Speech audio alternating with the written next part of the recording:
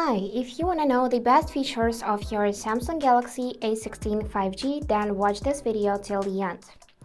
So let's start with first cool feature with the help of which you can quickly launch camera, and that is double pressing your side button, which is located on the right side of your phone. Now I'm gonna double press it, and as you can see, camera app opens immediately.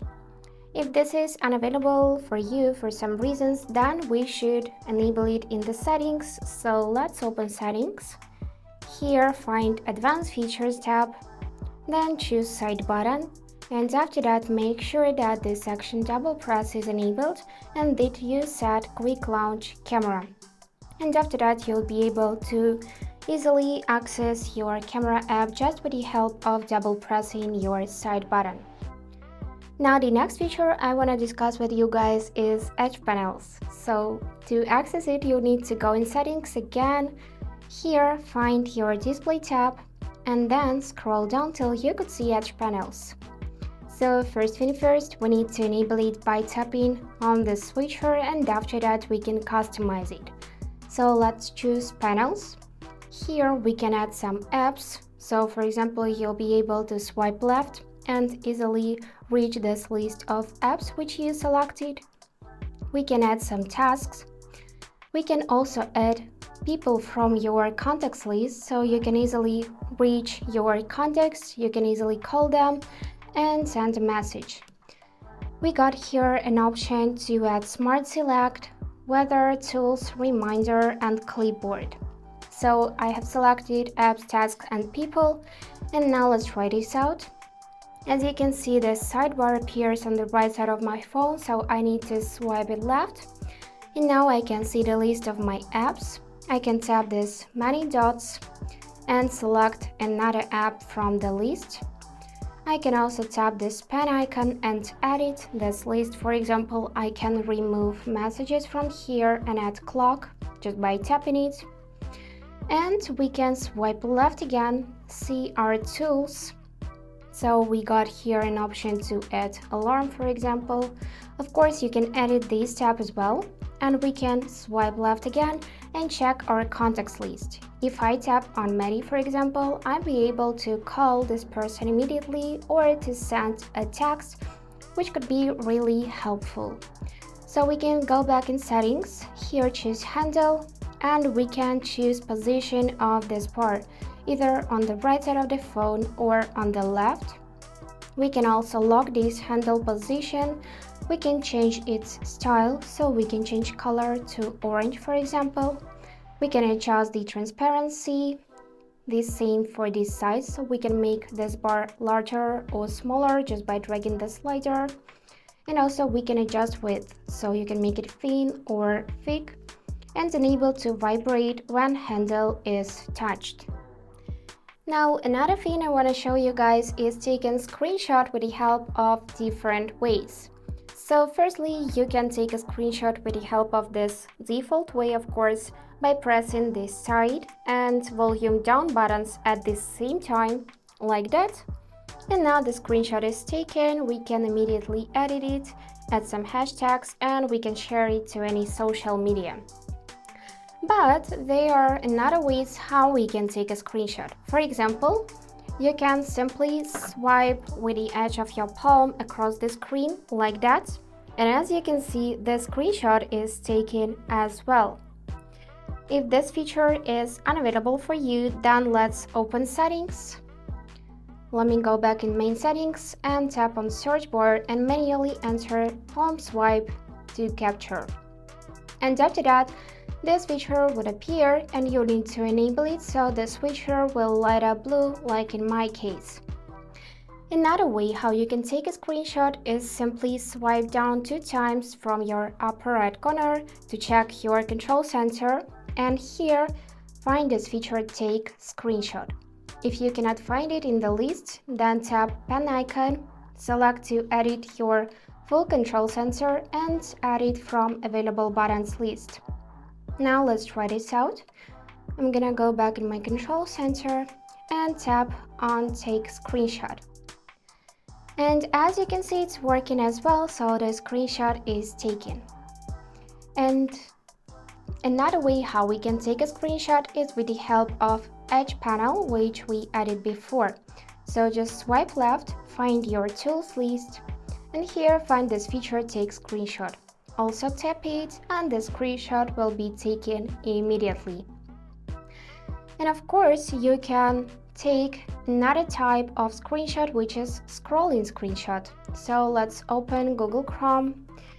Here we can visit any website, for example this one.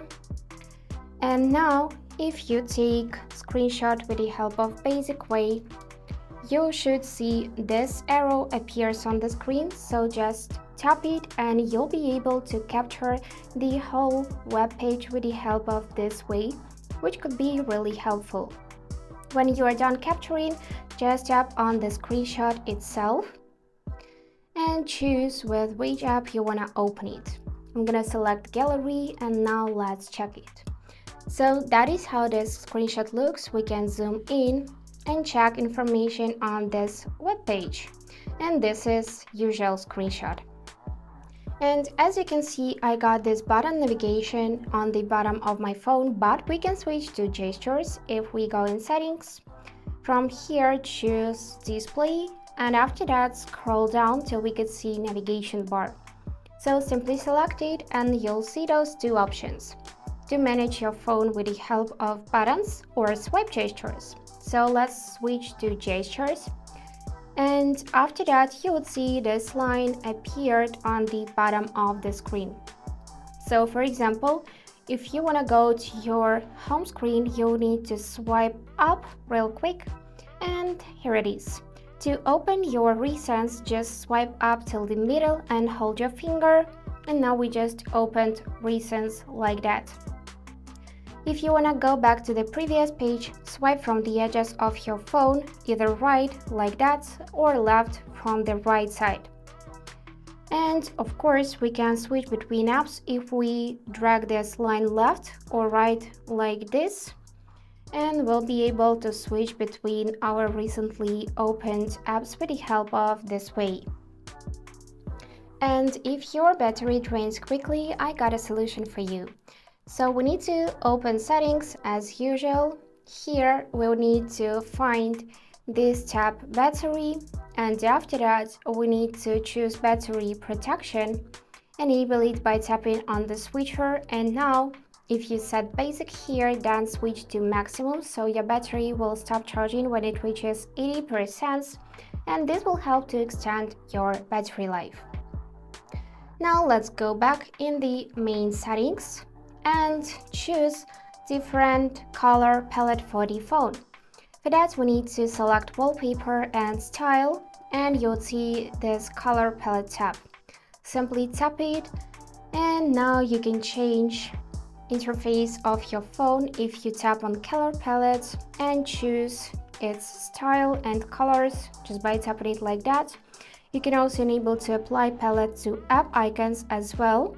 And now let's apply those changes and go back in the settings, check app icons, and simply check the difference.